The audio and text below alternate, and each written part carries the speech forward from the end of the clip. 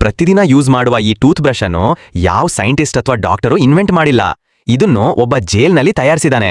1770ರಲ್ಲಿ William ಆಡಿಸ್ ಅನ್ನೋ ವ್ಯಕ್ತಿ street ಫೈಟ್ನಲ್ಲಿ ಭಾಗವಹಿಸಿದ್ದಕ್ಕೆ arrest ಆಗಿ, ಆ ಕಾಲದಲ್ಲಿ ಜನರು ಟೀತ್ಸ್ ಕ್ಲೀನ್ ಮಾಡಕ್ಕೆ ಉಪ್ಪು, ಚಾರ್ಕೋಲ್ ಪೌಡರ್ ಅನ್ನು ಕ್ಲಾತ್ಗೆ ಹಾಕಿ ಹಲ್ ತೊಳೆಯುತ್ತಿದ್ದರು.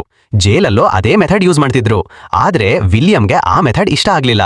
ಒಂದು ದಿನ ಊಟದ ನಂತರ ಉಳಿದಿದ್ದ ಬೋನ್ ಅನ್ನು ಸೀಕ್ರೆಟ್ ಆಗಿ ಉಳಿಸ್ಕೊಂಡು ಅದರಲ್ಲಿ ಸಣ್ಣ ಹೋಲ್ಸ್ ಮಾಡ್ತಾನೆ. ನಂತರ ಜೈಲ್ ಗಾರ್ಡ್ ಅನ್ನು ರಿಕ್ವೆಸ್ಟ್ ಮಾಡಿ ಪಿಗ್ ಹೇರ್ ತೆಗೆದುಕೊಳ್ಳುತ್ತಾನೆ. ಆ ಹೇರ್ ಅನ್ನು ಸ್ಮಾಲ್ ಬಂಡಲ್ಸ್ ಆಗಿ ಕಟ್ ಮಾಡಿ ಬೋನ್ ಹೋಲ್ಸ್ ಒಳಗೆ ಫಿಟ್ ಮಾಡಿ ಗ್ಲೂ ಮೂಲಕ ಅಟ್ಯಾಚ್ ಮಾಡ್ತಾನೆ. ಅಷ್ಟೇ, ಜೈಲ್ ಗೋಡೆಗಳ ನಡುವೆ world's first toothbrush prototype ready ಆಯಿತು. ಜೈಲಿನಿಂದ ರಿಲೀಸ್ ಆದ ನಂತರ ವಿಲಿಯಂ ಆಡಿಸ್ ಅದನ್ನು ಬಿಸ್ನೆಸ್ ಆಗಿ ಸ್ಟಾರ್ಟ್ ಮಾಡ್ತಾನೆ. ಜನರಿಗೆ ಅದು ರೆವಲ್ಯೂಷನರಿ ಇನ್ವೆನ್ಷನ್ ಆಗಿ ಕಾಣಿಸಿಕೊಂಡ ಕಾರಣ ಮಾರ್ಕೆಟ್ನಲ್ಲಿ ಹ್ಯೂಜ್ ಡಿಮ್ಯಾಂಡ್ ಬಂತು. ಕೆಲವೇ ದಿನಗಳಲ್ಲಿ ಅವನು ರಿಚ್ ಬಿಸ್ನೆಸ್ ಮ್ಯಾನ್ ಆಗಿಬಿಟ್ಟ.